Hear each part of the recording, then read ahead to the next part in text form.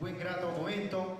En esta oportunidad tenemos el agrado de presentar la conferencia internacional auspiciada por el CEFUNES, Centros de Estudio de Filosofía, y también por el Grupo de Estudios Filosóficos Jamutat. Agradecer en primer lugar al doctor Guadalupe Gandaría Salgado, doctor en Filosofía Política por la Universidad de Iztapalapa, México, investigador titular del Centro de Investigaciones Interdisciplinarias de Ciencias Sociales y Humanidades, licenciado en Economía por la Universidad Nacional Autónoma de México, profesor en la Facultad de Economía, Ciencias Políticas, Sociales y Filosofía y Letras de la UNAM. Ha publicado Asedios a la totalidad, poder y política en la modernidad desde el encare decolonial. Universidad, conocimiento y complejidad, aproximaciones del un pensar crítico, modernidad, crisis y crítica, América y el Caribe en el cruce de la modernidad y colonialidad. Asedios a la totalidad, poder y política en la modernidad desde un encare decolonial. Crítica en el margen hacia una cartografía conceptual para rediscutir la modernidad. Estas son las obras que tenemos el agrado de presentar del doctor José Guadalupe Gandaría. También tenemos el agrado de tener presentes en la mesa de honor al doctor Jorge Hernán Robles Orue, decano de la Facultad de Pedagogía y Cultura Física. También tenemos el agrado de presentar al doctor de la Universidad Enrique de Guzmán y Valle, Víctor Masi Guaycucho. También en comentarios al magíster Víctor Raúl Torres Tello. La clausura estará a cargo del señor Nicolás Abel López Tito, secretario general del Centro de Filosofía. Señoras y señores, en esta oportunidad va a dar apertura a la conferencia internacional el doctor Jorge Hernán Robles Orue. Fuertes palmas para él, por favor.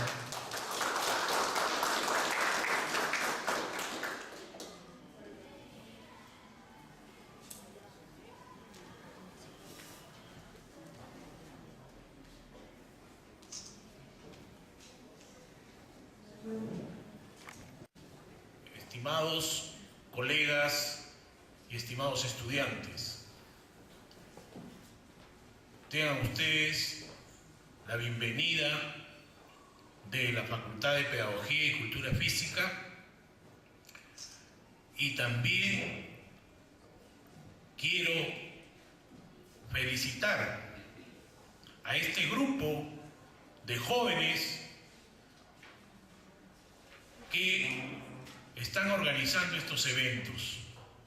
Los eventos académicos sirven justamente como un proceso de aprendizaje, y sean bienvenidos. Las puertas de esta facultad están abiertas para todos aquellos que justamente quieren difundir aprendizajes, ideas que sean bienvenidas. A través de estos eventos vamos a tener la información que de repente no la tenemos. Visitar esta organización, a todos ustedes, a todos los jóvenes. De repente, por el tiempo que tengo y tareas que tengo, no voy a poder acompañarlo durante todo el momento, pero creo que desde ya es un éxito estas situaciones. La universidad es universidad de ideas, es universidad de pensamientos, donde todos los pensamientos y todas las ideas deben convergir. ¿Para qué? Para mejorar, para cambiar, y esto nos va a servir a cada uno de nosotros. Le agradezco de antemano a todos ustedes y muchas gracias. Tengan bienvenidas a esta facultad y a esta universidad, la Universidad Nacional de Educación. Gracias.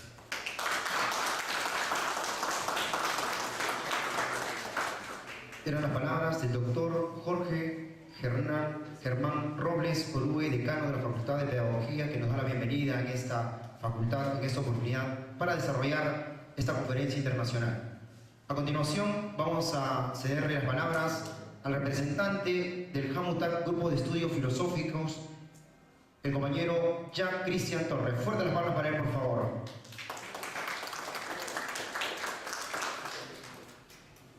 Buenos días, mesa de honor, damas y caballeros. En primer lugar, darle la bienvenida y agradecer enormemente a nuestro invitado de honor que nos va a acompañar en esta conferencia internacional, doctor José Guadalupe Gandaría Salgado, que nos va a impartir su conocimiento del tema Pensamiento situado y cartografía conceptual para una crítica de la modernidad. También agradecer al doctor Germán Robles por cedernos el espacio en esta facultad. También al profesor Víctor Masi y al profesor Víctor Stellos, quienes van a estar de comentaristas. Y también al señor Nicolás López Tito, secretario general del CEFUNE. Como representante del Grupo de Estudios Jamutac, el Grupo de Estudios Jamutac, ¿qué significa Jamutac? El que posee sabiduría y reflexión, sabio, prudente, cuerdo, pensador. Con este principio se crea el Grupo de Estudios Filosóficos Jamutac en enero de este año con los egresados de la promoción 2012, Yeli Guasguayo, Ronald Villaca Garibay y Alvin Morales Ilustrosa. Actualmente el grupo está conformado por 2 integrantes. Nuestro propósito es difundir el pensamiento crítico autóctono del ejercicio de filosofar dentro del campo educativo, difundir el pensamiento filosófico en diversas escuelas y tendencias en la necesidad de comprensión de filosofar contemporáneo, organizar eventos académicos de nivel superior para elevar conocimientos y reflexión filosófica en la especialidad de filosofía. Desplegar una tendencia de reflexión filosófica con características propias que irradia una nueva tendencia en la filosofía peruana y difundir y estudiar el autoctonismo reflexivo como parte de la identidad de nuestras raíces culturales. Profundar la diversidad y amplitud de reflexiones en la necesidad de orientar el trabajo filosófico como herramienta de análisis, nuestros principios. La identidad cultural como reconocimiento de nuestras raíces culturales que aportan a la contribución de la estructura del conocimiento, a la reflexión filosófica y a la contribución cultural con el mundo. Con nuestro ponente, José Guadalupe Gandaría Salgado, que mis compañeros ya lo acaba de decir, que es doctor en Filosofía Política por la Universidad Autónoma Metropolitana, Iztapalapa, México. Investigador titular B del Centro de Investigaciones Interdisciplinarias en Ciencias y Humanidades. Licenciado en Economía por la Universidad Nacional Autónoma de México. Profesor en la Facultad de Economía, Ciencias Políticas, Sociales y Filosofía en las Letras del UNAM. Ha publicado Asedios de la Totalidad de Poder y Política en la Modernidad desde un encare decolonial en el 2012 en la UNAM. Universidad, Conocimiento y Complejidad, Aproximación desde un Pensar Crítico en el 2014. América y Caribe en el cruce de la modernidad y la colonialidad en el 2014. Modernidad y crisis en el 2015. Crítica en el margen hacia una cartografía conceptual para rediscutir la modernidad. Por lo pronto tendremos un evento que vamos a realizar el 28 de junio, que es el Café Filosófico. Los próximos eventos lo estaremos publicando en nuestra página oficial de Facebook, que es Grupo de Estudios Jamutac. Los eventos también los estamos trabajando conjuntamente con el Centro de Estudios Filosóficos César Augusto Guarda de Mayorga de la Universidad Nacional Antuta. Muchas gracias.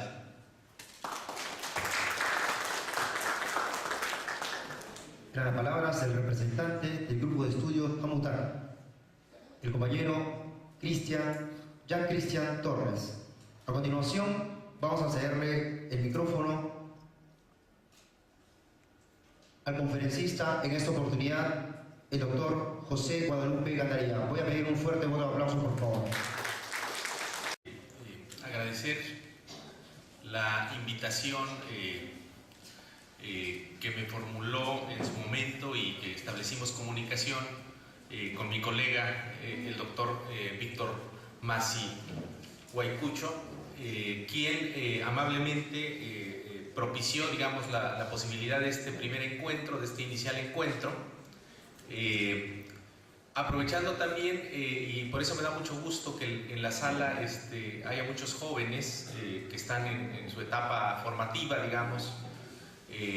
Da mucho gusto que estén esta nueva generación, porque en rigor el motivo de que yo esté en Lima fue también producto de la iniciativa de un conjunto de jóvenes, uno de ellos que fue mi alumno en la Ciudad de México, y bueno, la perseverancia, el entusiasmo, la iniciativa de parte de estos alumnos propiciaron que primero reservaron una parte de mi espacio en la agenda para hacer el viaje, y otro, bueno, me dieron la oportunidad, además de conocer su ciudad, ahora de conocer otra parte de la ciudad, la parte, digamos, del cono oeste, me han explicado, y me da mucho gusto por eso estar aquí, ¿no? Porque la invitación en realidad ha sido una invitación muy horizontal, de parte de los estudiantes, en este caso de estudiantes de la Universidad de San Marcos, en donde estoy impartiendo un taller durante toda esta semana, y aprovechando esa instancia, pues la invitación que me formuló el colega Víctor Masi, y avalado también por esta iniciativa de estos dos grupos de estudiantes, a los cuales conocí el día sábado pasado, algunos de ellos, tomando un café en el centro de Lima, el Centro de Estudios de Filosofía de la UNE, y el grupo de AMUTAC, que según entiendo ya por la lectura del libro que amablemente me obsequió el doctor Masi, sería el equivalente a lo que yo conocí un poco más, porque he tenido un poco más de oportunidades de visitar La Paz, el Alto, la cultura aymara o quechua aymara, el equivalente a lo que se les nombraría los amautas, ¿no? O en el caso de México, los sabios de los tlamaltinime, ¿no? En el caso de la cultura náhuatl o de las culturas mesoamericanas. Entonces, bueno, de entrada quería agradecer que me permitieran conocer su universidad, estar en sus aulas, y sobre todo compartirles un poco de las ideas y los trabajos que estamos haciendo, y en ese sentido, pues, propiciar también un vínculo académico. Entiendo que estoy en una instalación que es como nos ha dicho bien el doctor Robles, quien amablemente ha hecho apertura del evento, encargada es una universidad especializada en el terreno de la educación. La entiendo entonces como el equivalente en el caso de México, lo que sería la Universidad Pedagógica Nacional, quizás con una historia también larga en ese sentido. Por eso, pues, he encarado con mucha responsabilidad el hecho de participar aquí. La propuesta del tema que he hecho lo entiendo en el marco de dos líneas de trabajo que son las que yo estoy desarrollando. Una es una que se monta, digamos, en una tradición que conocí más o menos en la etapa formativa en la que están muchos de los jóvenes acá, que serían los estudios de grado, digamos, formado en el marco de la crítica de la economía política, en el conocimiento de Marx, sobre todo, de Karl Marx, uno de los principales críticos del capitalismo. Y la otra parte, un pensamiento, digamos, que encarna sus tradiciones o su tradición en dos puntales, digamos, fundamentales de la creación del pensamiento original desde la región latinoamericana y del Caribe, digamos. Porque muchas veces cuando se piensa la cuestión del pensamiento latinoamericano, tiende a pensarse en un situamiento exclusivamente continental, y es necesario pensarlo en los dos bloques, tanto el bloque continental como el bloque insular, digamos, antillano, caribeño, del Gran Caribe, que ha sido siempre una región fundamental para el entendimiento, voy a tratar de decirlo más adelante, justamente del tema que ahora nos convocaría, que sería la manera de pensar a propósito del problema de la modernidad, como un programa sociocultural que desarrolla un cierto universalismo, ¿no?, planetario.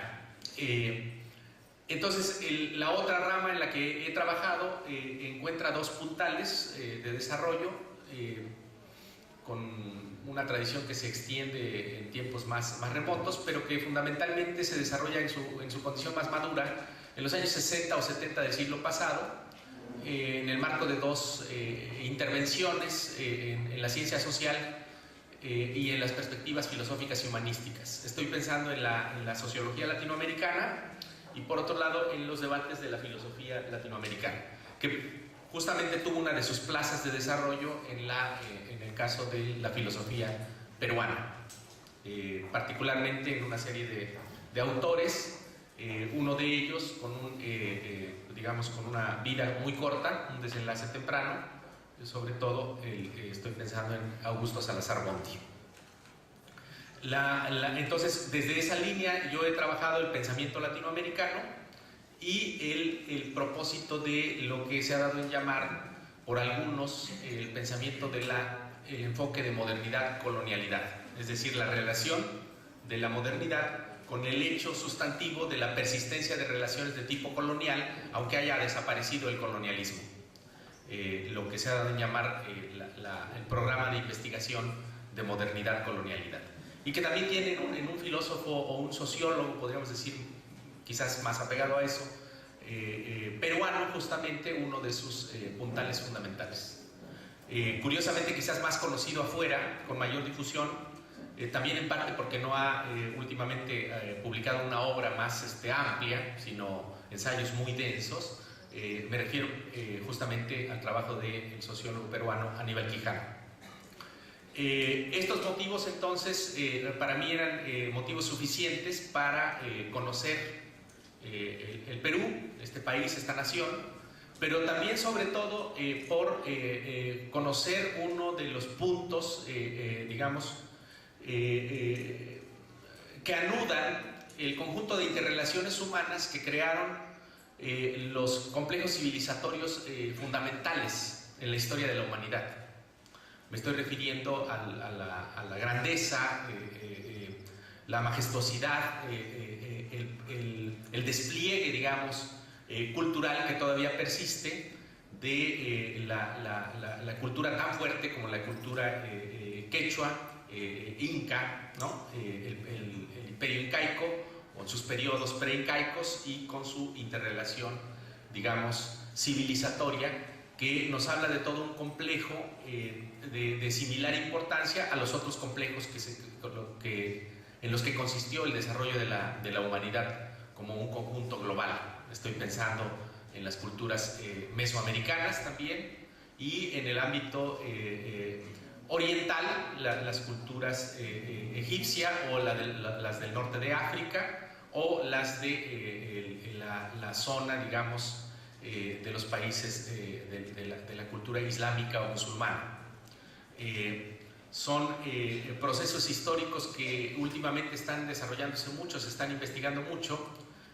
Las disciplinas que nos legó el siglo XIX, entre ellas la arqueología, digamos, los de fines del siglo XIX, la antropología, la etnografía, están todas ellas bajo impactos muy fuertes, reconsiderando sus objetos de estudio, en un entendimiento de que la situación es muchísimo más compleja de lo que la historia, las coordenadas como la hemos conocido tradicionalmente, se ha expuesto o se ha relatado. La narrativa, digamos, convencional nos ha sujetado a un relato que distinguiría grandes bloques, digamos, de lo que serían perspectivas de las eras o de etapas, de épocas, que particularmente tendieron a distinguir en términos de la historia global o de la historia universal, una cierta teleología, o sea, una cierta lógica de sentido, que era una lógica de sentido que se adscribe a una dimensión progresiva en el desarrollo de la humanidad, que particularmente en una cierta lectura muy lineal, incluso dentro de la tradición del propio marxismo, se desarrolló como una lectura lineal y progresiva, tendió a plantearse sustitución de modalidades de producción o sustitución de modos de producción,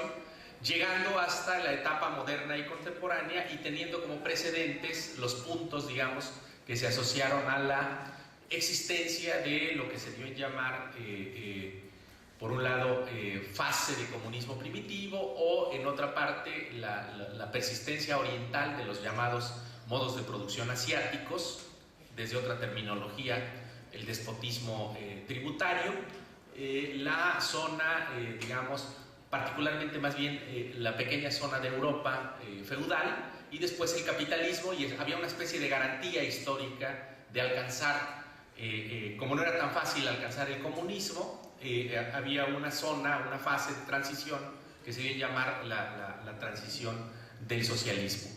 Pero esta linealidad histórica lo que expresa es no solo una tendencia teleológica, progresiva, sino también una manera en la cual una sola región del mundo, que es justamente aquella en la que se lee este tipo de historia, este tipo de progresión, el complejo civilizatorio europeo, tiende a apropiarse de la cultura y del desarrollo y a asociarse a ella, a ese complejo civilizatorio europeo, la conformación de la lógica de lo que sería esa universalidad. Es decir, cuando se plantea que toda la historia de la humanidad tiene que seguir ese curso, lo que se está planteando es una tendencia que tiene una cierta suerte de pretensión de universalidad.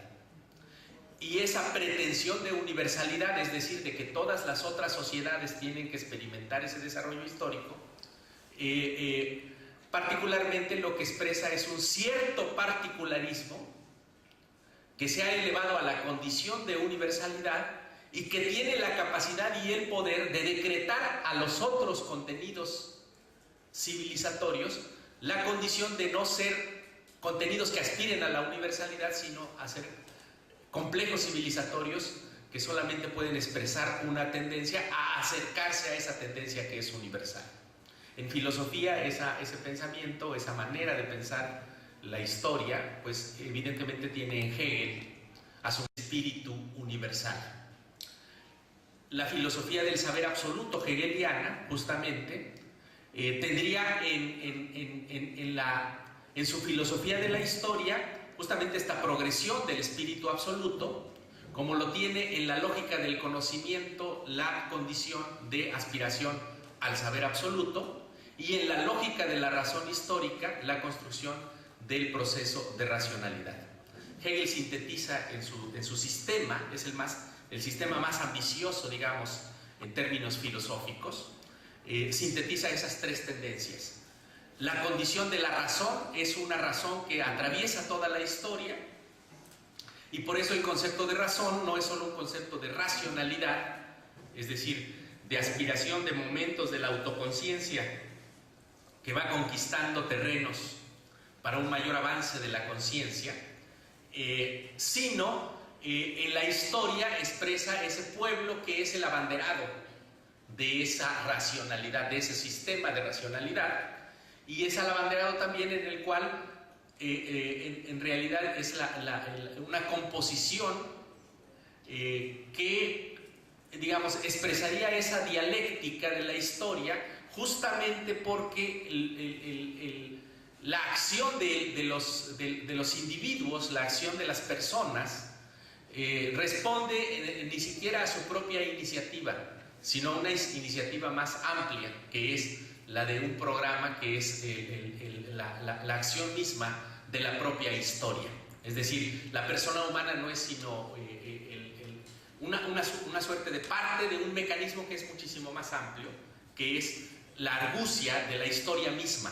Europa no tiene nada más que hacer, porque ella es la ejemplificación, el proceder mismo de la propia historia es en ese sentido una especie de teodicea, una especie de programa que le viene dictado por un Dios trascendental, un Dios amplio, trascendental, que permite que su acción se desarrolle de esa manera.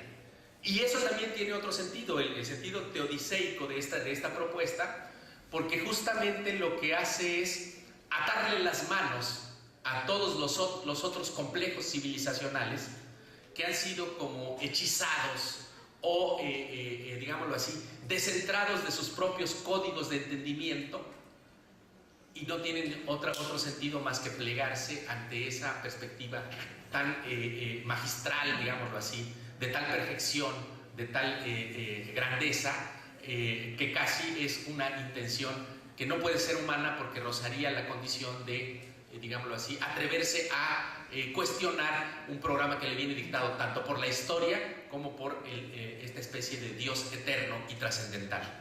Esto es muy importante porque tiene sus raíces, digamos, si estoy hablando de este proceso como el proceso de la construcción de la modernidad, la construcción del capitalismo, ¿no? Tiene la condición de desarrollarse de una manera muy precisa en un programa histórico muy largo. Cuando uno piensa el tema de la modernidad no solo se expresaría, digamos, en el hecho ahora de que tengamos comunicaciones, digamos, a través del desarrollo tecnológico del esquema electroinformático, ¿no? Aparatos, todo el mundo esté conectado a través de aparatos telefónicos o el smartphone, que digamos que uno no es sino una especie de apéndice de ese mecanismo, ¿no? de amplia comunicación. La modernidad, digamos, tecnológica que actualmente conocemos es una suerte de momento de un programa más amplio, de esta modernidad expresada en un momento de crisis, no solo porque las finanzas nos persiguen a todos los países están ampliamente endeudados, no solo porque la técnica es una aspiración también global, en el sentido de que tenemos que comprar técnica que se hace afuera para desarrollar nuestros procesos acá internos, sino es un programa de lo que ahora llamaríamos esta modernidad madura, que se expresó, digamos, en el despliegue de su desarrollo. Está experimentando un momento de crisis muy fuerte.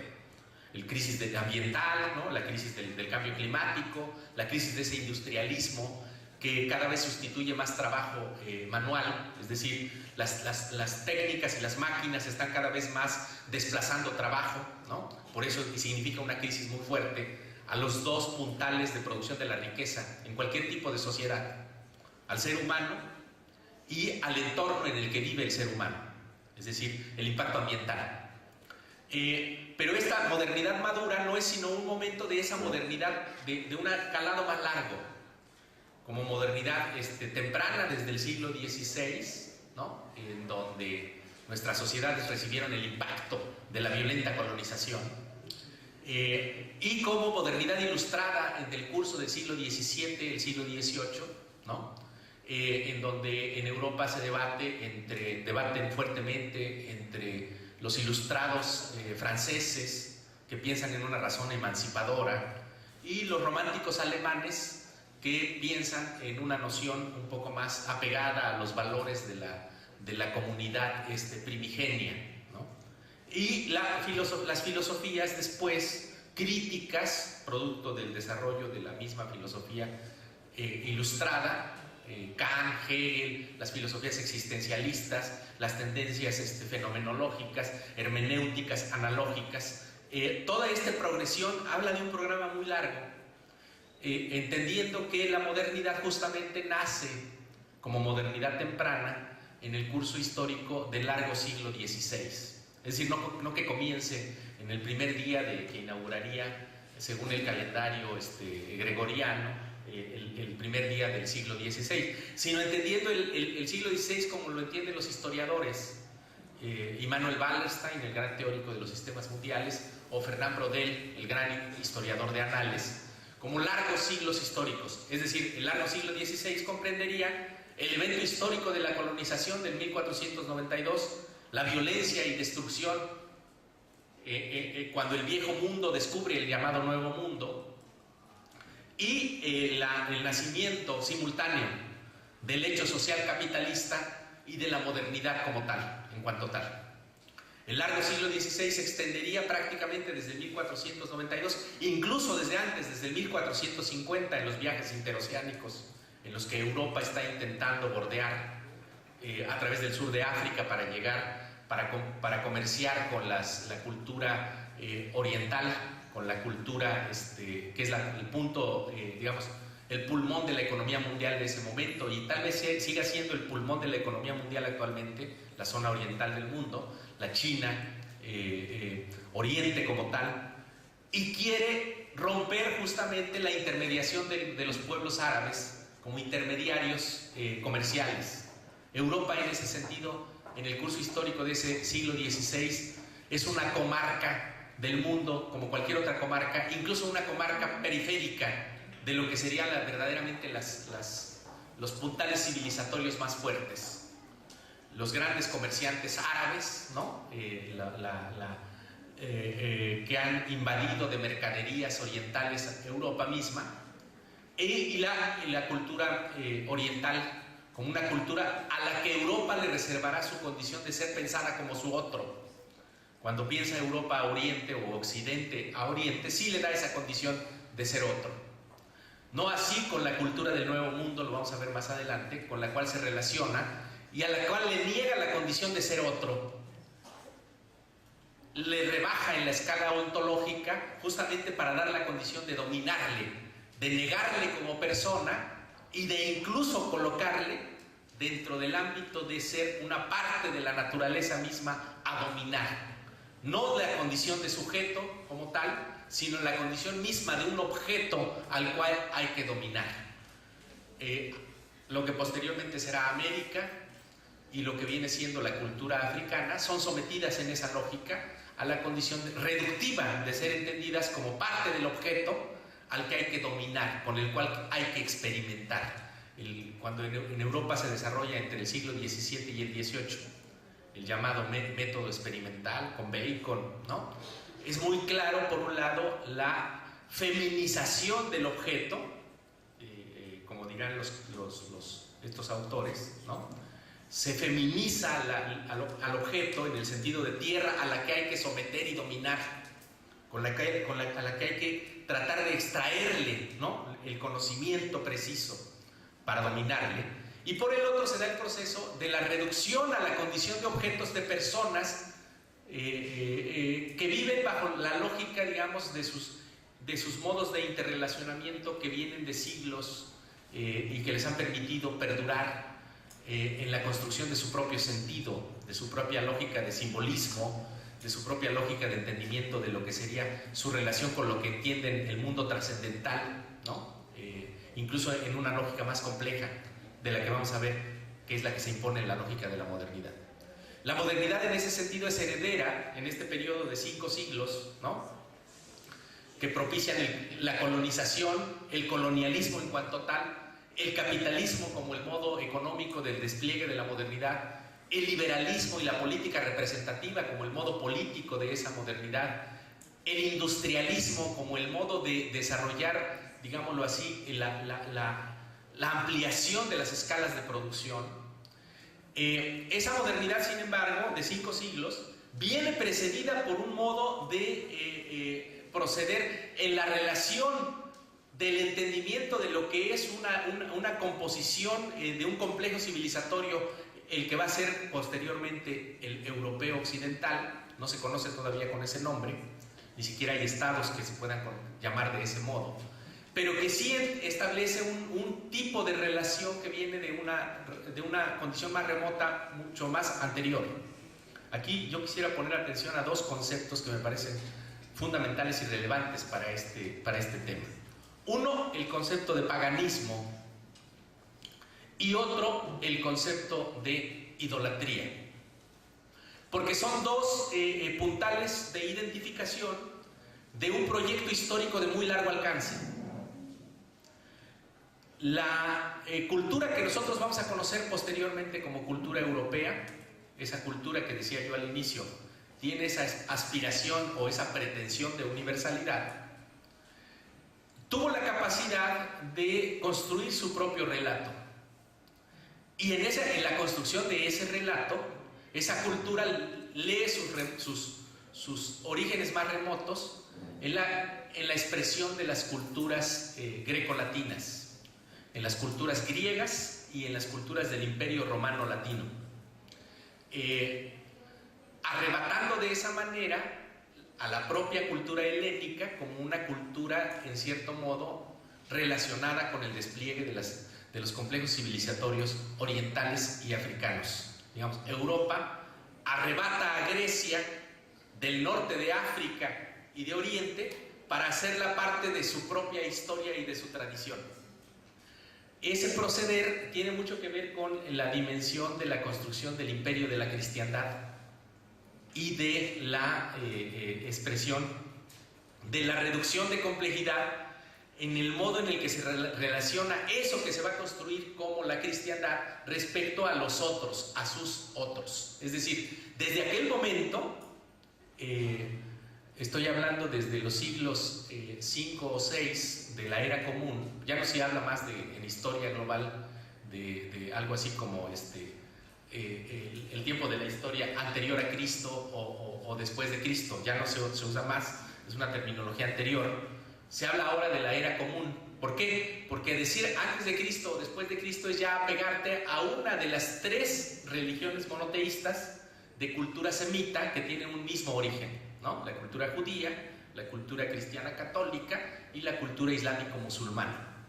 Semita justamente es como el punto de partida de esas 3 expresiones monoteístas, de una zona, de un momento de desarrollo común. Por eso se habla ahora del tiempo, digamos, de la era común. Desde el quinto siglo después de la era común, es decir, cuando se está, digamos, desarrollando la destrucción, podríamos decirlo así, del Imperio Romano,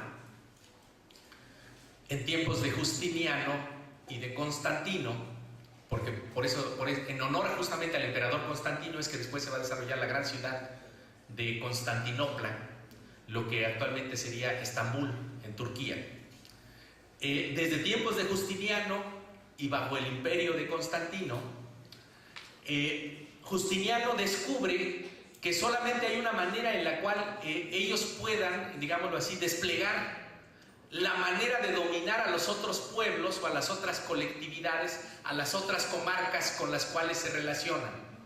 Y la manera en la que descubre Justiniano de proceder es a través de una unificación en el entendimiento de lo que es la dimensión trascendental de la acción de los sujetos.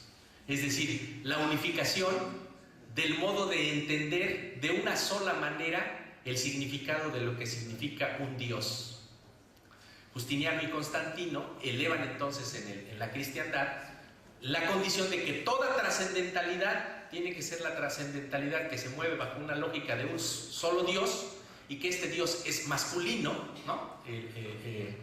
El crucificado, como dirá Nietzsche, ¿no? Y entonces todos los otros entendimientos de la divinidad o la espiritualidad que influye en la acción inmanente de los hombres en su vida terrena queda colonizado o queda dimensionado como una lógica ajena a ese programa de unificación que es el de la cristiandad. Y entonces todos los otros que creen en otro tipo de deidades, en otro tipo de expresiones de la espiritualidad, tienden a ser reducidos a la condición de ser seres humanos paganos. A partir de ese momento, la unificación de la cristiandad se da justamente en el combate feroz, cruel, incólume, indetenible, en contra de todo aquello que encuentra como expresión de ese paganismo. La intención es someter justamente a todo otro conjunto de maneras de entender la acción inmanente de los seres humanos, gobernada por una cierta legalidad que está en otro sitio. Por eso se plantea como un sitio trascendental, es decir, que está más allá de esa acción, pero que puede regular las maneras de comportarse, las maneras de los ciclos de reproducción de las colectividades humanas. La reducción a la condición de paganismo de todos los otros elementos de las composiciones civilizatorias permitiría en ese sentido elevar a una condición dominante y de pretensión universal. Es una expresión temprana ya de un cierto universalismo y justamente de reducción de los otros a la condición de paganos a combatir, de paganos a los cuales hay que, sea por el caso de la conversión o sea por el caso del consentimiento o la evangelización, como va a ser el caso en América, se intentará de algún modo u otro someterlos a esa manera unificada en el que la cristiandad se está desarrollando. Hay una relación muy fuerte. No puede uno entender el éxito del programa de la modernidad si no lo relaciona con ese remoto origen. Porque justamente lo que ocurre en el siglo XVI es un hecho muy interesante, porque aquí también se coincide otra manera que ha sido muy lúcida de pensar esta dimensión, que sería el entendimiento de la relación entre lo civilizado, ¿no? El Facundo, digamos, de Sarmiento, lo civilizado respecto a lo bárbaro. En términos de la cultura griega, ¿qué era lo que significaba el ser bárbaro? Era el que no dominaba la lengua griega, ¿no? El bárbaro era aquel que no dominaba la lengua griega y que por eso tampoco tenía posibilidades de participar de la polis griega, de la polis de la ciudad, de la construcción de la ciudad como el ágora política. Esa relación persiste. Europa tiene 9 siglos involucrada en esa tarea de reducir la progresión del paganismo, y es con esa mentalidad, con esa manera a la que, relacionada, digámoslo así, con los bárbaros internos que encuentra en la dimensión del el llamado viejo mundo, encuentra bárbaros regionales en el viejo mundo, internos, pero en el siglo XVI da con una composición civilizatoria completamente ajena a esa manera en la cual ha experimentado la relación con los otros. Su relación con la alteridad en ese sentido se ve resquebrajada, porque encuentra una masa continental de 42 millones de kilómetros cuadrados, pretendiendo ir hacia el oriente. Por eso nos llegaron el nombre de las Indias, ¿no? Pretendiendo ir al oriente, se topa con la masa emergida, ese nuevo continente, el nuevo mundo. Pero Europa, la mentalidad, la construcción subjetiva, ni siquiera se llama Europa, digámoslo así, de la cristiandad que llega acá, viene cargada de esa manera de relacionarse con el otro. Y justamente en el caso de la relación con nuestros complejos civilizatorios, en este caso, primero a los primeros que devasta va a ser a los pueblos caribeños, ¿no? Dice que los que eran guerreros sobrevivieron un poco más, los que negociaban o querían ser amables con el conquistador fueron los primeros en desaparecer, ¿no? De ahí viene la relación entre lo que Shakespeare en el gran drama de La Tempestad va a pensar con la figura de Próspero y de Calibán. Calibán no es sino un anagrama que relaciona caníbal con Caribe. Caribe y caníbal es ese anagrama que propiciará para Shakespeare ese personaje deformado, negro, ¿no? Que no es capaz de reconocer las grandezas de Próspero, ¿no? Incluso le coloca a Shakespeare el mismo nombre, que tiene la misma etimología, ¿no? De próspero con prosperidad, ¿no? Lo próspero y lo calibanesco, el sello calibanesco. El conquistador llega primero al Caribe, después llegará a las tierras mesoamericanas, y después Pizarro, que llega con toda esa carga subjetiva. Pizarro, ¿con qué carga subjetiva puede llegar? No puede llegar con otra carga subjetiva que sea la de la Europa medieval, persecutora del paganismo, y además con la carga cultural que él tiene. Pizarro era un puerquero, lo único que sabía hacer era matar puercos. Y tiene la capacidad, bajo esa lógica de poder, de destruir, en todo caso, registros importantes, no de devastar por completo, porque siempre queda ese código cultural en la historia de las sociedades, no de devastar por completo, pero sí de tratar de destruir códigos fundamentales de la interrelación de un imperio tan fuerte como el que había en esta zona del mundo. Vaya que ni siquiera uno podría hablar con certeza de que se tratara de una condición de imperio, más bien de un complejo de confederación de comunidades, como era el caso de Mesoamérica, o de interrelaciones no propias bajo la lógica de entendimiento de la cultura de la cristiandad. Con ese mismo sentido llegan a estas tierras ensayando justamente el combate al paganismo a través de la llamada en ese momento extirpación de idolatrías. Es decir, el modo de disolver y de liquidar la manera en la que esas sociedades, esos pueblos originarios de estas tierras, tenían de sus entendimientos de los equilibrios del entorno del que hacían parte y de las maneras en las que tenían el proceso de referir sus equilibrios productivos y reproductivos de sus ciclos a autoridades trascendentales o a esas dimensiones del entendimiento de su trascendentalidad. En ese sentido es algo que choca completamente con la cultura medieval de la cristiandad, de un Dios masculino que se encuentra acá con deidades incluso que están expresadas en la dualidad, no solo la dualidad masculino-femenino, la existencia de diosas, de importantes deidades femeninas, sino también la otra cuestión, la otra condición de una promesa de una paz perpetua, como diría Kant, de una paz de esa ciudad celestial, según San Agustín, ¿no? En una sociedad, en sociedades como las nuestras originarias, en donde el entendimiento de esta condición de vida de los tres mundos, ¿no? El mundo supraterreno, ¿no? El mundo terreno y el submundo, ¿no? Como lo sería en todo este conjunto de sociedades. Cuando ellos, la Europa de la cristiandad medieval tiene un entendimiento completamente distinto de la cuestión. Y entonces, por ejemplo, el rastreo de la condición del submundo, de la condición sacrificial que esas sociedades desarrollaban para esa relación con el submundo como el productor de la fertilidad que aseguraría los nuevos ciclos, lo están viendo bajo la lógica de su entendimiento de que eso es practicar idolatrías o credos que hacen una especie de negociación con el otro ángulo negativo de lo que entiende la cristiandad, ¿no?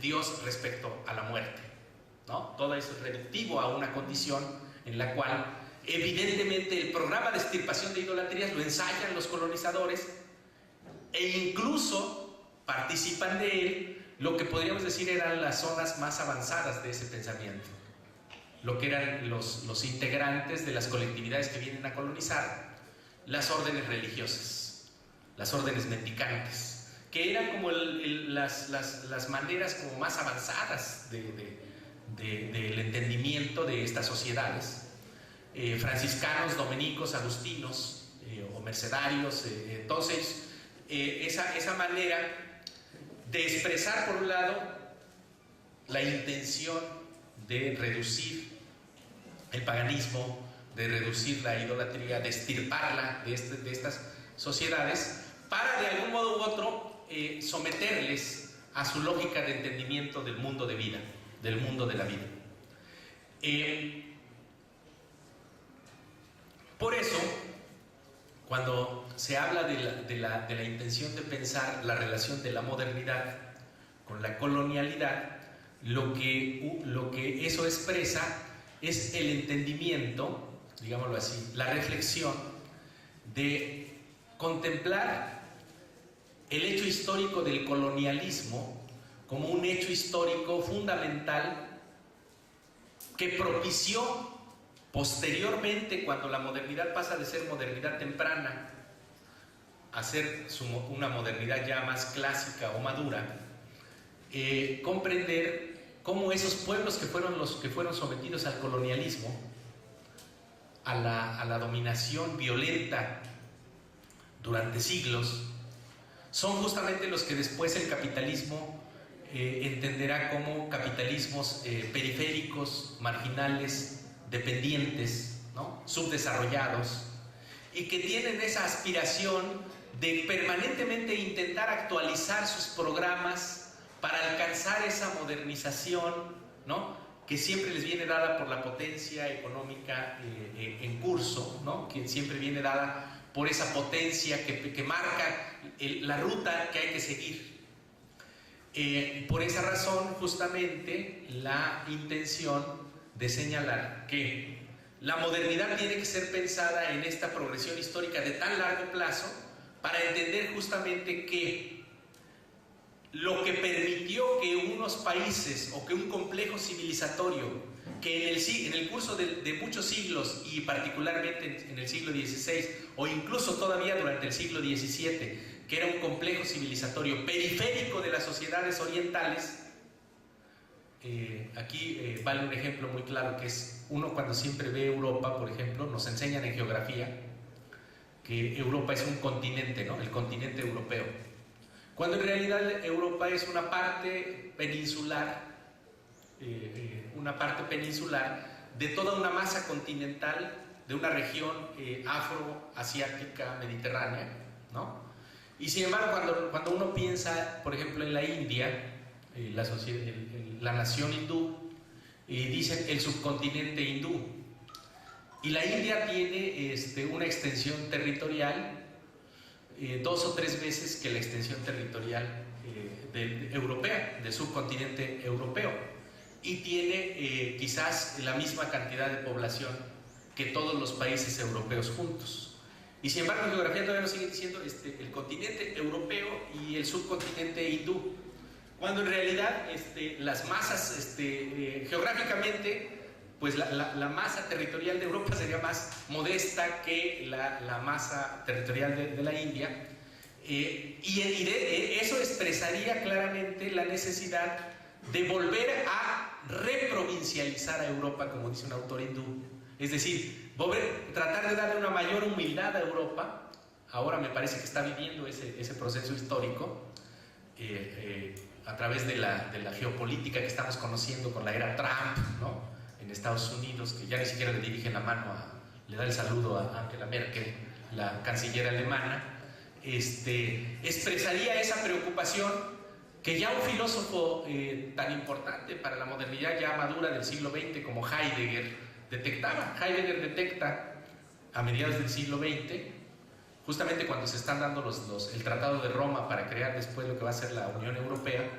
Heidegger se está dando cuenta que Europa puede quedar aprisionada dentro de una pinza, que es la cultura americana por un lado y la cultura bolchevique soviética por el otro, en el marco de la bipolaridad, ¿no?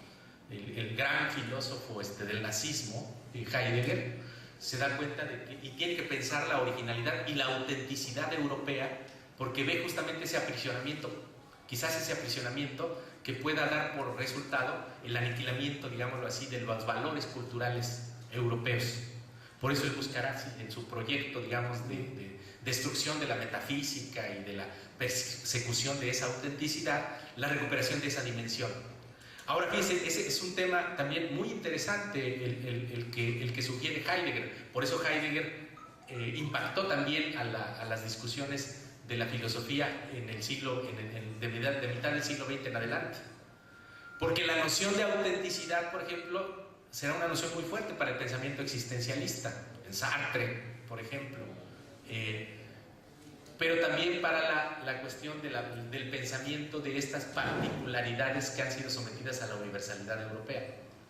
Por eso en ciertos filósofos hay una huella heideggeriana primero, de esa hermenéutica que persigue la cuestión de la autenticidad, es decir, de la afirmación de nuestro Dasein, es decir, de nuestro lugar en el mundo, ¿no? En ese sentido, la modernidad como colonialidad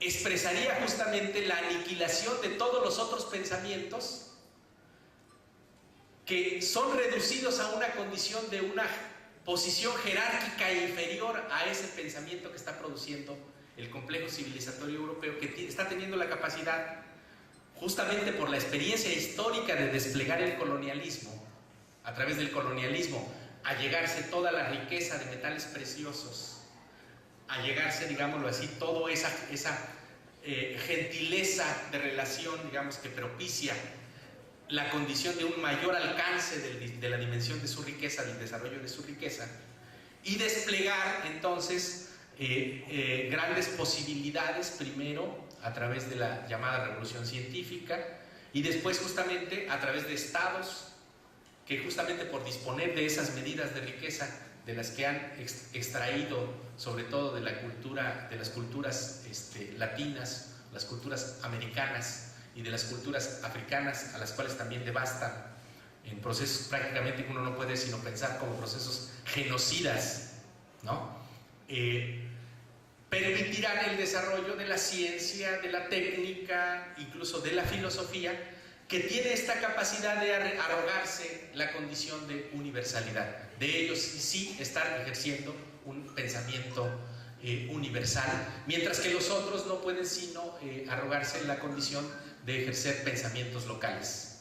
Por eso la noción de pensamiento situado tiene que plantearse que el pensamiento europeo occidental también tiene que ser visto como todo otro pensamiento producto de un complejo civilizatorio, como un pensamiento propio de su cultura, propio de su expresión, de ese situamiento, de esa localidad. La única diferencia es que el etnocentrismo europeo tiene la condición de, a través de este proceso histórico de sometimiento de los otros, arrogarse la condición de él crear un proceder universal, y que los otros a lo mucho pueden aspirar a crear un proceder, un pensar local, un pensar más limitado, un pensar más regional, que en ese sentido es impactado por las corrientes, digámoslo así, como las grandes mareas, las corrientes que van de algún modo u otro desarrollando el alcance de esa universalidad como un alcance cada vez más planetario, ¿no? Envolviendo primero a aquellos que ha aniquilado en la condición de otros jerárquicamente puestos en condición de inferiores, los pueblos, las colectividades originarias, entendidas como colectividades originarias indias. Colón muere después de su tercer viaje pensando que acá sigue él pensando que conquistó la India, ¿no? El desarrollo de la minería, de la explotación del Potosí en estas regiones, o de el Potosí en Zacatecas, en San Luis Potosí, en México, ¿no? Que tiene la voz es quechua, ¿no? Me parece que tiene que ver con esta especie de grito de lo interior, ¿no? De la tierra, del estómago de la tierra, Potoxi, ¿no? Por eso le bautizan a los dos lugares como Potosí, porque la tierra está entregando su fruto en esta especie de expurgamiento que le da la condición de sacar lo que dentro de sí tiene, ¿no? Que será la riqueza que después llegará a Europa. Sevilla procesa la moneda mundial en el siglo XVI, moneda que viene de Potosí y de Zacatecas, la plata que permitirá comerciar de mejor manera con los árabes, ¿no? La revolución de los precios en Europa, permitir una especie de proceso deflacionario de la riqueza de los pueblos árabes. Y tiene la capacidad, a través de este proceso que es material, que es económico, que es de riqueza social, la condición de establecerse como el garante de la universalidad, y entonces de reclamar a los otros pensamientos ser pensamientos menores o jerárquicamente inferiores, ontológicamente inferiores. Como diría Heidegger, ellos sí pueden pensar la ontología, los otros piensan a lo ente de los entes, o sea, ónticamente.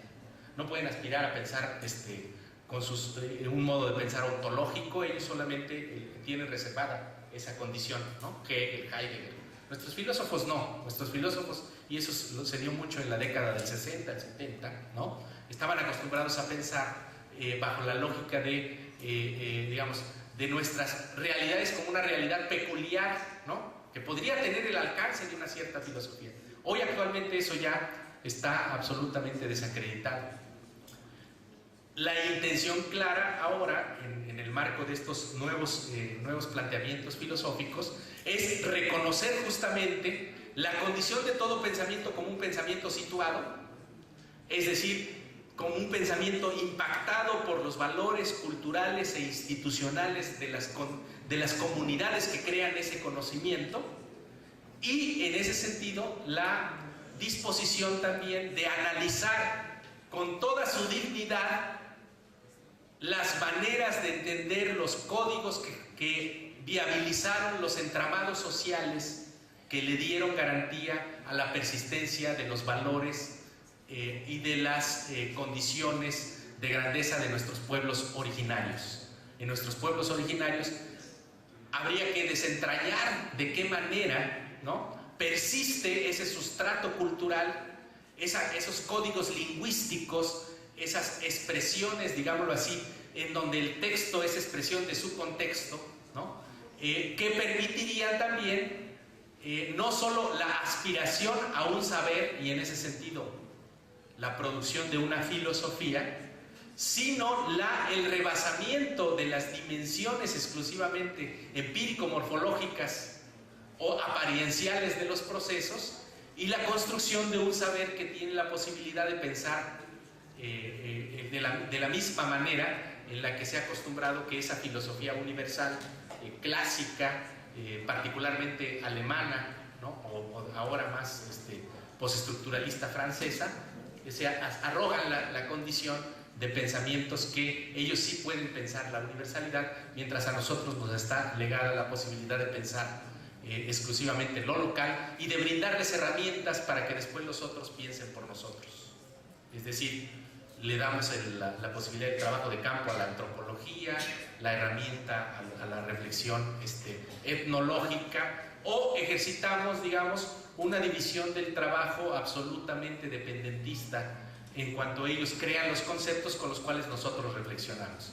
Y nuestro pensamiento tiende a ser, como dirían algunos, un pensamiento sucursalero, es decir, un pensamiento que a lo mucho a lo que puede aspirar es a una buena interpretación de Kant, de Hegel y lo demás, cuando lo que tendríamos que plantearnos sería la posibilidad de construir ese gran relato que ha significado la arrogancia del universalismo europeo, que no es un universalismo más, sino que es un universalismo que de algún modo u otro está, digamos, propiciando que ese particular etnocentrismo de las culturas europeas tenga la ambición de, digamos, someter a los otros posibles etnocentrismos, que también pueden ejercitar de algún modo u otro un cierto universalismo, como universalismo situado también, y con la capacidad de garantizar en la expresión del trabajo filosófico, un diálogo filosófico de los diversos complejos civilizatorios, y un diálogo que permita darle o buscar posibilidades de salida a la condición de crisis en la que se encuentra nuestro mundo entero, crisis justamente que es producto de este modo social que ha expresado a la modernidad como una modernidad eurocentrada, al capitalismo como un capitalismo eurocentrado y al modo de conocimiento bajo la lógica del eurocentrismo.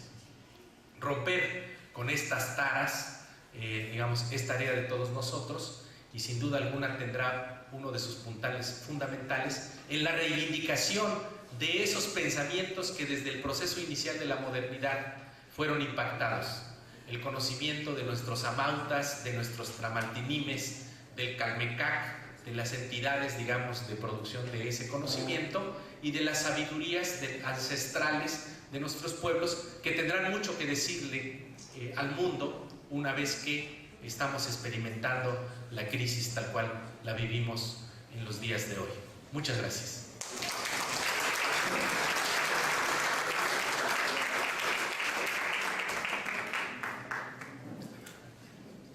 Era la ponencia en esta oportunidad sobre el pensamiento situado y cartografía conceptual para una crítica de la modernidad, a cargo del doctor José Guadalupe Gandarilla. A continuación vamos a invitar, recibamos con fuertes palmas los comentarios, en primer lugar del magíster Víctor Raúl Toyester Torres Tey. Fuerte la palma para él, por favor.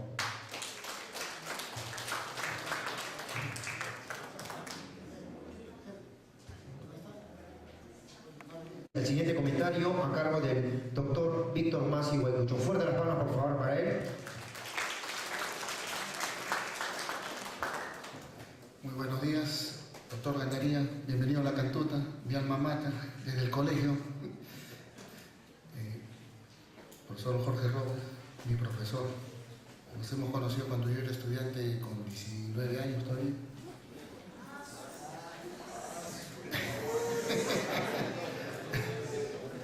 No pregunten la edad, por favor. Muy buenos días, señores docentes, estudiantes, público en general. Bueno, el Grupo de Estudios Filosóficos Jamuta ya presenta su segunda actividad académica, en el cual estamos debatiendo un tema que es de suma trascendencia, que es el debate, ¿no?, de nuestra condición reflexiva frente a la dominación intelectual reflexiva europea. No es que nosotros nos opongamos a Europa o desechemos esos conocimientos, es a la inversa, ¿no? Queremos encontrarnos nosotros mismos y aportar al pensamiento mundial, sin desmerecer lo que acá se ha producido o en esta parte del continente ha generado y ha emergido. Bueno, en realidad este tema ya estaba discutido, tratado hace mucho tiempo. Aníbal Quijano fue uno de los primeros en proponer este tema, pero no el único, por si acaso. Hay una escuela también que dirige Walter Mignolo en Estados Unidos que trata esos temas, ¿no? A eso se le llamaba post-conquest, ¿no? Y posteriormente, debido a la filosofía de la liberación, a este congreso que se hizo en Argentina, donde estuvieron Horacio Ceruti, Enrique Dussel, Augusto Salazar Bondi, en fin, muchos filósofos que plantearon una visión distinta al modelo europeo. Y desde la filosofía de la liberación empiezan a conversar o a debatirse estos temas, es decir, la condición del otro. ¿Quiénes son los otros? Nosotros. En realidad no es el otro, sino la condición de nosotros. A eso se le ha llamado muchas veces alteridad, pero en realidad es una discusión sobre el autoctonismo que emergió con estas civilizaciones, tanto en Centroamérica y tanto en Sudamérica, ¿no? Y efectivamente, ¿no? Quizás lo que dice Shakespeare sobre Calibán es algo así, ¿no?, del salvaje que necesita ser civilizado. En España se enseña en las escuelas esto, ¿no? La invasión colonial hispana es porque era una obra de buena fe para enseñarle a los salvajes la cultura occidental. Y como estos salvajes no conocen la cultura occidental, o sea, nosotros no conocemos la cultura occidental, necesitamos ser invadidos, ser procesados bajo un tipo de pensamiento que no era nuestro. Y eso, por ejemplo, nos da la idea del colonialismo. Hay palabras, conceptos que inconscientemente a veces nosotros utilizamos, ¿no? Conquista, etc. Pero eso es colonialismo, es invasión, ¿no? Y uno de los religiosos que empezó a denunciar eso fue Fray Bartolomé de las Casas, ¿no? Y Bartolomé de las Casas escribe sobre lo que está ocurriendo en el Nuevo Mundo y es horroroso, ¿no? Es decir, todos los crímenes, atropellos son horrorosos. En nuestra historia reciente, el caso de secuestro, extorsión, llamemos así el término moderno, ¿no? Es un secuestro, una extorsión económica, es la que hizo Francisco Pizarro con Atahualpa, ¿no? Y nosotros le enseñamos a los alumnos del cuarto rescate, etc. Eso es un crimen, eso fue propiamente un secuestro. Y el pedido de oro que se hizo a todos los curacas locales, eso se llama extorsión. Claro que nosotros le decimos a eso el cuarto rescate, pobrecito Atahualpa, tiró la Biblia, ¿no? Pero eso era un crimen. ¿Dónde se originó eso? La venida de Pizarro al Perú, la llegada de los españoles, no fue un acto gratuito o para pregonar la fe cristiana, fue un acto económico salvaje. Fue financiado por Fugger, Jacob Fugger, un banquero alemán que le prestó, ¿no?, a Carlos V cierto dinero para que expandiera las fronteras económicas españolas. Y esa parte de la historia no se cuenta, ¿no? En ningún manual de colegio van a encontrar esa parte de la historia, ¿no? Y eso nos entrelaza con la historia de nuestros hermanos mexicanos, ¿no? Y todo lo que sufrió México lo ensayaron en el Perú. Igual, idéntico. La alianza con los curacas locales, allá se llaman caciques, acá se llaman curacas, la utilización de tropas contra los mismos líderes nativos. Políticas de alianza, políticas de exterminio. Todo lo que pasó en México volvió a pasar en el Perú, solo que en el Perú fue sistemático y más organizado y con ciertas leyes y normas desde el Consejo de Indias. Ahora, la pregunta es esto, ¿no? Desde la periferia, quizás el tema del pensamiento situado nos lleve a hablar de la periferia, ¿no? Mi pregunta para José Gandaría es, ¿no?, si la contradicción entre centro y periferia es propiamente, ¿no?, una condición de dominación. Y lo segundo, ¿no?, si el pensamiento situado anula o, en todo caso, representa una condición o de dominación o de liberación. Esas son mis dos preguntas. Muchas gracias.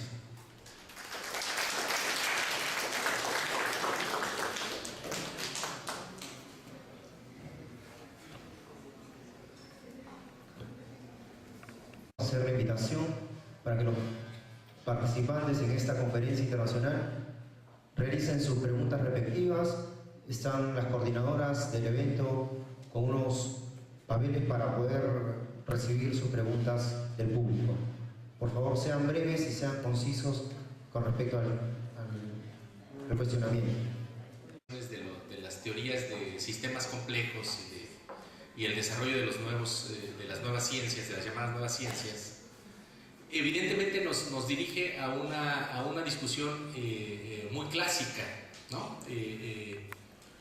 Al seno del marxismo esto se trabajó mucho, sobre todo en las reflexiones, digamos, de Lukács, cuando habla a propósito del problema de lo que significa ser un marxista ortodoxo, siempre con respecto al todo. Lo cual pues, era herencia en realidad de un modo de pensar muy anterior, que uno podría rastrear incluso en los propios pensamientos de Blaise Pascal, ¿no? O en las perspectivas kantianas para la cuestión de lo fenoménico con respecto al todo indiscernible de la cosa en sí. Pero particularmente la propia discusión en términos de centro y periferia es una discusión que ya que es producto mismo de un pensamiento situado, porque la discusión de lo periférico, y esto lo reconoce el propio Immanuel Wallerstein, el gran teórico, digamos, de los sistemas mundiales, tiene por origen las reflexiones que al interior de la CEPAL, de la Comisión Económica para América Latina, en los trabajos de 1948 que está preparando Raúl Prebisch, cuando él está pensando el problema de los términos del intercambio y de por qué nuestros países, bajo la lógica de los términos del intercambio, siempre están como siendo desfavorecidos, porque producen materias primas, es decir, en la cadena universal del valor nos ha tocado producir materias primas altas en valor de uso, y terminamos por importar valores de uso tradicionales, vendemos e importamos valores de uso modificados técnicamente, valores de uso para la producción manufacturera o valores de uso industriales. Él entiende que esto es producto de la pérdida de los términos del intercambio, es decir, siempre tenemos que vender más jitomates, ¿no? O más aguacates para comprar la misma máquina o el mismo número de máquinas, ¿no? Y él lo entiende por la condición periférica de nuestras sociedades. Es decir, hay una periferia respecto a eso que está en condición céntrica, en condición de centro, pero se ha elevado a la condición de ser centro justamente por ese remoto proceder histórico colonial que ha permitido que ese conjunto de sociedades experimenten o desplieguen las leyes del capitalismo de una manera más progresiva, más avanzada, mientras las otras sociedades han tenido que ocuparse de desarrollar partes de ese proceso, ¿no? Sea en la forma de enclaves, ¿no? Regularmente las economías que estaban asociadas a ciertos puertos de exportación, y de maneras de monocultivo. Regularmente, por ejemplo, las sociedades africanas, la crisis de las sociedades africanas no puede ser entendida sino bajo la lógica de la imposición del monocultivo. Lo que los imperios se reparten en África en 1885, si ustedes ven un mapa de África, prácticamente pueden ver que está repartido sobre la base de los meridianos. Los países de África se dividen muy así en los meridianos, porque así se lo reparten las potencias europeas en la conferencia de Berlín de 1885. Y entonces los países metropolitanos, digámoslo así, Francia importa cacao de Ghana y Ghana solamente siembra cacao, así como importa azúcar de otra parte o importa los diamantes de otra parte. Y esas sociedades son reducidas a la condición de exclusivamente, por la lógica del poder metropolitano, producir esa pequeña parte del proceso, ¿no? La condición entonces de la lógica de lo moderno y de lo capitalista expresaría que sí, que en efecto casi hay una condición ontológica, es decir, una condición de una durabilidad casi transhistórica, en donde lo periférico respecto a lo central es una condición de jerárquica dominación. Sin embargo, y aquí es muy interesante lo que propone, por ejemplo, Enrique Dussel en su texto de Filosofía de la Liberación. Lo que Dussel propone ahí que es que en el debate filosófico siempre avanza desde los lados periféricos y después hay una parte que se eleva a la condición de impactar al centro, y ese centro se volvió históricamente filosofía clásica o filosofía ontológica, pero siempre fue, digamos, la cuna, digamos, de una modificación, digamos, de las maneras de pensar. Obedeció a una posición periférica. Él lo expresa con dos ejemplos muy interesantes. Dentro de la propia cultura helénica, la filosofía de los primeros filósofos presocráticos, la escuela de Tales de Mileto, Anaxímenes, Anaximandro, no son sino una condición periférica de del centro de la cultura helénica, atenea, o de Atenas. Pero Atenea misma, no es sino una periferia de las culturas del África Bantú y del norte de África, o de los circuitos que a través de los viajes por parte de los florentinos permitieron el intercambio de conocimientos con las culturas árabes. Atenas entonces no es sino periferia de ese desarrollo de la cultura del África Bantú y de la interrelación civilizatoria con las otras composiciones. De hecho, Karl Jaspers, un filósofo contemporáneo de Heidegger, digámoslo así, del inicio del siglo XX, él piensa el despliegue de la filosofía de esa manera. Lo que él dice es: hubo lo que él llama la era axial, hubo una era que se desplegó entre los siglos 9 al 6 antes de la era común, en que se desarrollaron los grandes sistemas de pensamiento como sistemas filosóficos religiosos. La filosofía de los Vedantas en la India, la filosofía, digámoslo así, o el pensamiento religioso de Confucio, Lao Tse y todos los pensamientos del taoísmo, y simultáneamente en la cultura semita los planteos sea de Jeremías, o en el caso de la cultura griega, lo que va a desarrollarse posteriormente como el pensamiento racional y filosófico. Es decir, Jaspers lo que diría, en ese momento en realidad no hubo un centro como tal, sino en realidad son expresiones periféricas que habría que incluso también rastrear para el caso de nuestra condición más remota a ese viejo mundo, ¿no? De qué manera se dieron los procesos que establecieron nuestras simbologías y nuestro pensamiento religioso de esta condición, digamos, de pensar los equilibrios mismos de nuestras sociedades y las maneras en las cuales nuestras sociedades garantizaban los códigos, porque la expresión de un código es un cierto ordenamiento político de la sociedad que permite que esa sociedad pueda seguir persistiendo en los procesos de reproducción y de producción de su vida material. En ese sentido, no toda condición periférica sería una condición de dominación. Y eso nos daría incluso la razón actualmente, el despliegue de los nuevos conocimientos asociados a las llamadas nuevas ciencias y al pensamiento de los sistemas complejos. Por eso, desde horizontes de reflexión interdisciplinarios, ya no solo multidisciplinarios, sino interdisciplinarios, es que en ocasiones bajo una lógica de totalidad, es más importante una parte que el todo mismo, o es más importante la relación de ciertas partes que lo que sería el centro mismo de ese todo, o incluso que la relación entre partes es más amplia que el todo mismo.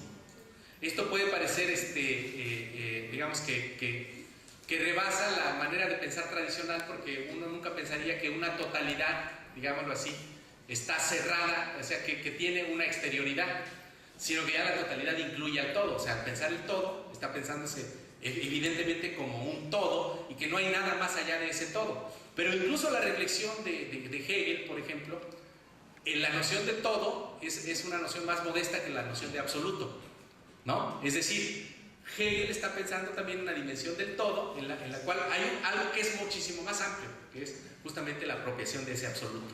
Ahora, eso nos diría mucho con relación al lugar que tradicionalmente nos han colocado de ser o de operar en condición periférica. Lo que la experiencia del sistema mundial, como lo conocemos, nos señala, es que Europa misma había sido una comarca geográfica del mundo expuesta a una condición periférica respecto del Oriente, que era el punto más poderoso, el punto neurálgico de toda la economía mundial. Y Europa logra desatar o zafarse del dominio tardíamente, incluso en un siglo tan fuerte. Si piensa uno, el dominio del Imperio Otomano, de la cultura turca respecto a Europa, está a punto de invadir una ciudad tan importante de Europa como Viena hasta 1670. El cerco de Viena persiste hasta ese momento. Los turcos están quemando catedrales, están quemando iglesias cristianas hasta ese momento del siglo XVII. Es decir, la condición periférica en ese sentido no necesariamente nos expresaría la dimensión de dominación, sino la posibilidad de subvertir ese orden de dominación. Ahora, ¿cuál sería el proyecto? Que lo que es periférico ahora pasa a ser central, y entonces lo que fue central pasa a ser de significativas. Y creo que en ese sentido también tiene mucho que decirnos la condición de ese pensamiento situado en las mismas coordenadas. Gracias. ¿Qué cambios deberían darse en el Perú respecto a la educación para estar al mismo nivel de México en el aspecto social y político? 2, desde el punto de vista filosófico, ¿cuáles son las concepciones de dominación actual, cultural, político y social? Y tengo otra acá que dice: ¿qué influencia tendría Europa en Sudamérica, en Perú, con respecto a lo social y lo pedagógico? Bueno, yo diría que actualmente voy a empezar un poquito por esta última para intentar englobar las otras dos. Actualmente pues ya podríamos decir que hay una especie de escenario más multipolar, ¿no? Bueno, de hecho hay una condición más multipolar porque hay una suerte de disminución del carácter hegemónico de los Estados Unidos y de Europa misma, ¿no? En ese sentido también hay una situación de ciertas corrientes demográficas que han permitido actualmente mayores intercambios, ¿no? de experiencias de vida, de condiciones civilizatorias. La educación en cuanto tal, en ese sentido, vive esas tendencias. No sé si la aspiración de la educación en el Perú tenga que ser alcanzar el nivel de la educación en México. Me parece que la educación en México, como la educación en varios países de América Latina, persisten muchos problemas, ¿no? O sea, persisten varios de los problemas que tienen que ver con las condiciones materiales de los sistemas educativos. Nuestros sistemas educativos son castigados en las expresiones de las dimensiones de sus presupuestos, en las imposibilidades de garantizar los intercambios, en las condiciones incluso a veces tan elementales como la disposición de una buena biblioteca, ¿no? De buenas condiciones para nuestros profesores, ¿no? De becas para nuestros estudiantes, en fin, esas condiciones digamos, son muy similares. De hecho, el sector educativo en México está bajo un impacto de la reforma educativa agresiva neoliberal, que incluso en una escuela muy similar como esta, las escuelas del normalismo, vive una agresión política que se expresó en la desaparición forzada de los 43 estudiantes de Ayotzinapa. Es decir, el gobierno no tiene ninguna intención en favorecer al sistema educativo. Por el contrario, la educación, bajo la lógica del neoliberalismo en el que vivimos, es un valor para las personas que encaran esos procesos políticos, ¿no? Por eso en las concepciones de la dominación actual, la dominación neoliberal, pues es una dimensión negativa para el proceder del poder. Preferirían tener una mano de obra más dócil, una mano de obra no calificada, una mano de obra técnicamente muy inferior, para que sea exclusivamente la gente que digamos se encargue de vigilar las máquinas, pero no que produzca el conocimiento que permita de esa manera también reclamar las mejores condiciones para su capacidad de trabajo, para su capacidad laboral, para el incremento, digamos, de sus potencialidades educativas, y sobre todo para el entendimiento también de que el ser humano no solo vive para trabajar, sino que tiene que en todo caso digamos, trabajar para poder vivir, sí, pero en el trabajo también incluye el reconocimiento de eso que los clásicos llamarían la valorización cultural, o sea, el valor de uso en el sentido de la remuneración relativa a el desgaste moral, al acceso a una cultura, ¿no? Y no exclusivamente un salario que sea solamente para permitir reproducir fisiológicamente al sujeto. La educación en ese sentido es un campo fundamental, porque desde toda la modernidad siempre hay una tendencia. Yo he tenido también la oportunidad de trabajar temas de la pedagogía o temas de la educación, incluso ya no se habla mucho de pedagogía, sino de ciencias de la educación, en donde evidentemente la educación siempre es vista como en una condición conflictiva. El campo educativo es un campo conflictivo, porque desde una perspectiva de la lógica del poder, la educación, o sea, el campo de la educación puede ser, por un lado, el reproductor de los valores de una sociedad, la mejor manera en la que la escuela reproduce los valores de esa sociedad, y por el otro, la producción, por un lado, del reservorio de valores de la humanidad dentro de los campos educativos, y por el otro también la posibilidad de pensamiento crítico y de reflexión crítica sobre esa sociedad.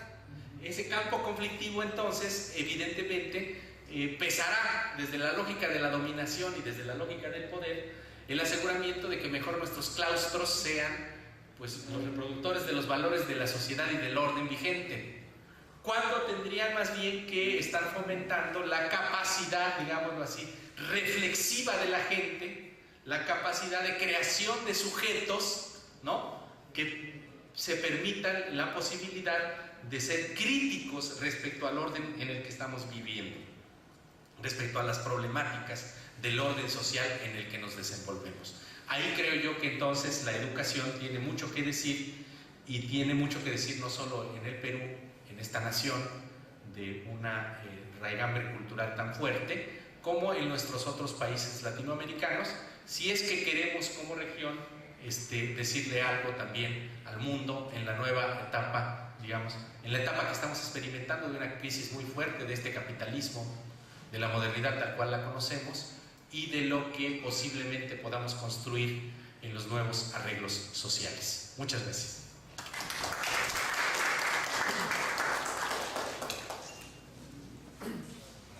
A continuación tendremos las palabras de clausura a cargo del secretario del Centro de Estudios de Filosofía, el señor Nicolás Abel López Tito. Fuerte las manos para él, por favor. Saludar nuevamente a nuestro invitado de honor, a José Orué, y al comentarista doctor Víctor Masi Guaycucho, y a los asistentes presentes.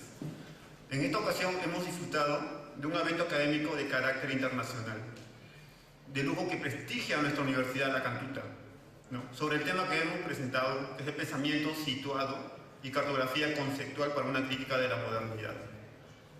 A la organización del Centro de Estudios de Filosofía César Augusto Guardia Mayorga, que es CEFUNE, y el grupo de estudios filosóficos Hamutat, ¿no?, por la cual el tema, bueno, por la cual esta dimensión de edificar, es decir, intentar colocar la dignidad de nuestros pueblos, sus memorias, sus pasados, su simbología, como un elemento cultural y como un elemento de alcance universal.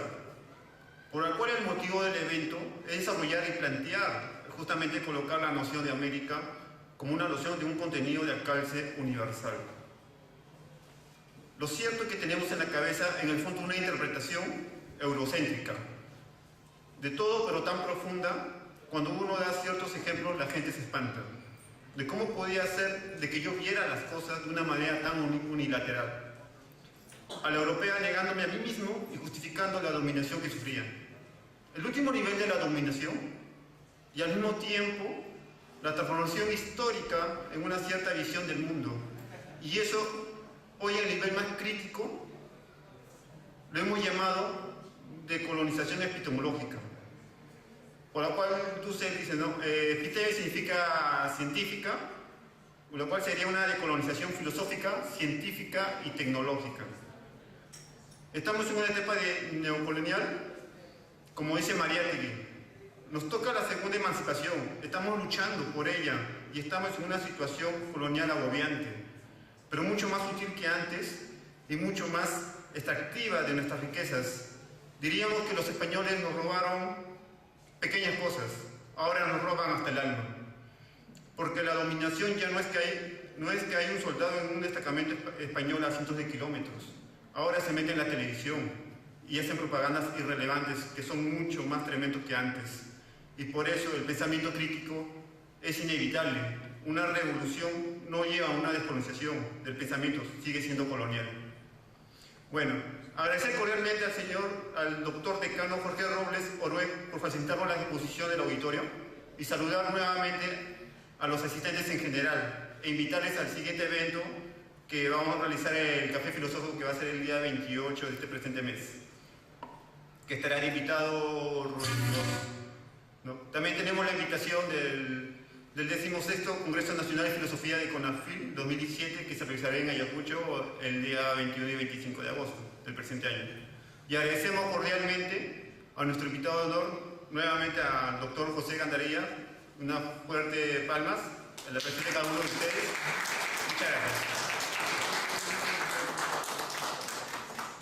Hasta aquí hemos dado por finalizado la Conferencia Internacional Pensamiento Situado y Cartografía Conceptual para una Crítica al Poder. Agradecemos su gentil asistencia y los esperamos para una próxima sección académica.